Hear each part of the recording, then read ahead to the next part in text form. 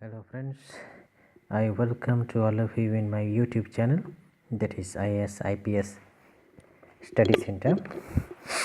So today I teach you fighting insurgency in the Indian context. So if you want to write down anything, you can write down. So let's start the discussion. The fighting insurgency, the Indian context. Like terrorism, insurgency against the state has been familiar problem in the region of the South Asia, and nearly all nations states belonging to the region continue to face it. It is however generally accepted that within the region, India has been able to tackle the insurgency question in far more satisfactory manner than the other countries. Insurgency has been a festering problem since the emergence of India as a separate state in 1947.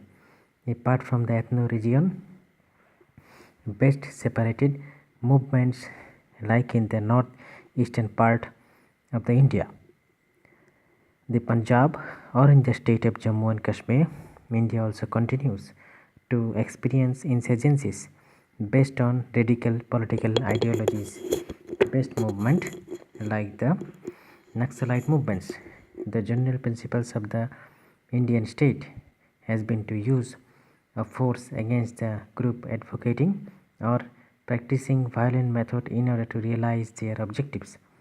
The post-Cold War developments have had their impact in South Asian region, also making the task of dealing with insurgency more difficult. Such new trends have been considered important enough for the Indian Army, for instance, to come out with its own manual on sub-conventional warfare in 2006.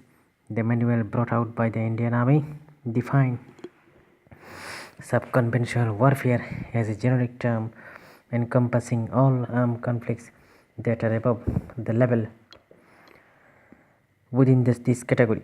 The manual defines the counter-insurgency operation, thus it is the use of all measures of government activity to combat insurgency, including operation by the military and central paramilitary forces, economic development, political reforms, and perceptions management aimed at winning heart and minds of people.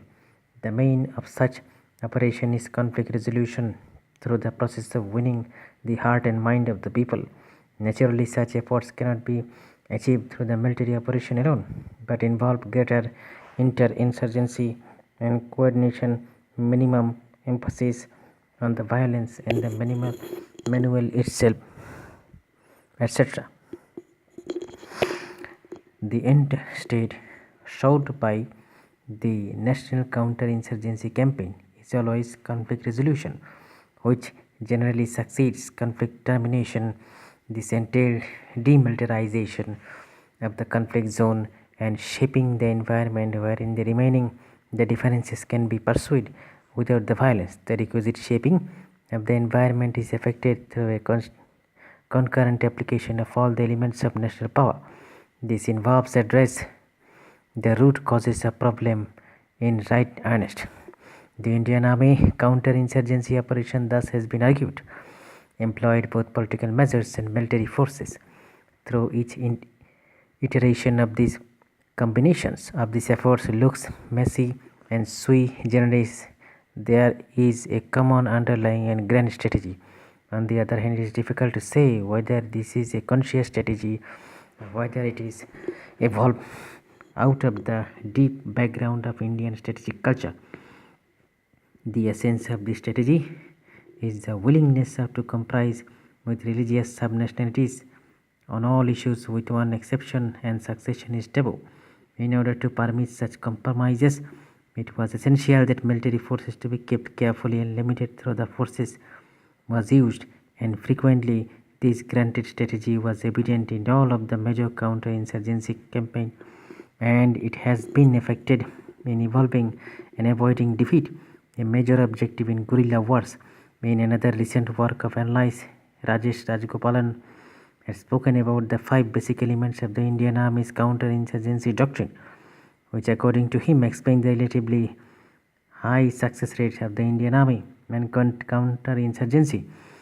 These are limitation on force, isolation of insurgents from the general population, achieving domination over the affected area, maintenance of large forces in combat zone, and firm belief that there is no permanent military solution. In contrast, one could point out the dismal ongoing counter-insurgency operation currently being conducted in the insurgency hit area of Pakistan by the Pakistan Army. According to one assessment of, for instance, with the decimal track record in counter-insurgency and traditional outlook focused solely on fighting conventional war against India, the Pakistani Army seems to have adopted an ad hoc strategy. The self-proclaimed invisibility of the armed forces initially promoted to use the firepower of intensive approach, demonstrated by the frequent use of weapons like helicopter, gunships and artillery. The use of brute forces instead of low intensity strike in classic flow of counter-insurgency campaign. Its military effectiveness and aspects of the infallibility and impetus of the local population, but when this heavy-handed operation failed, as they are bound to, army has been clueless about the alternatives and pulls back completely in favor of political and economic peace agreements with insurgents. Overt use of heavy forces also been a major tactic employed by the Sri Lankan army against LTTE, and significantly has not been very useful in solving problem. Nor has the Royal Nepalese Army been very useful and successful in military defeating and the Maoist in Nepal. It is the evidence of low-key continuous involvement and engagement of the state security forces, particularly the army and paramilitary forces in such internal conflict zone, can project the image of the state security forces as an occupationary force, a tag that National Army would like to avoid. Several members of the Indian Army brass have, in this connection, time and again warned against the dangerous implication involved in the continuous presence of the army in internal conflict situation. The tendency, part of the ruling elite in the nation state South Asia, has however been project insurgency primarily as law and order problem. Attempts to seek solution only through the application of force obtained leads to an overt scrutinization of the problem. Thank you friends. If you like my video, like it and share it. In the next video I will teach you human trafficking, gender and environmental issues. Thank you.